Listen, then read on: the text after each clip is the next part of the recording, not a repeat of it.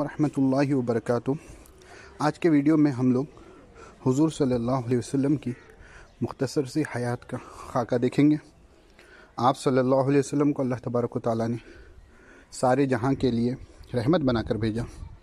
آپ صلی اللہ علیہ وسلم کا نام گرامی محمد بن عبداللہ تھا۔ آپ کے والد کا نام عبداللہ بن عبد المطلب، آپ کی والدہ کا نام آمنہ بنت وہب تھا۔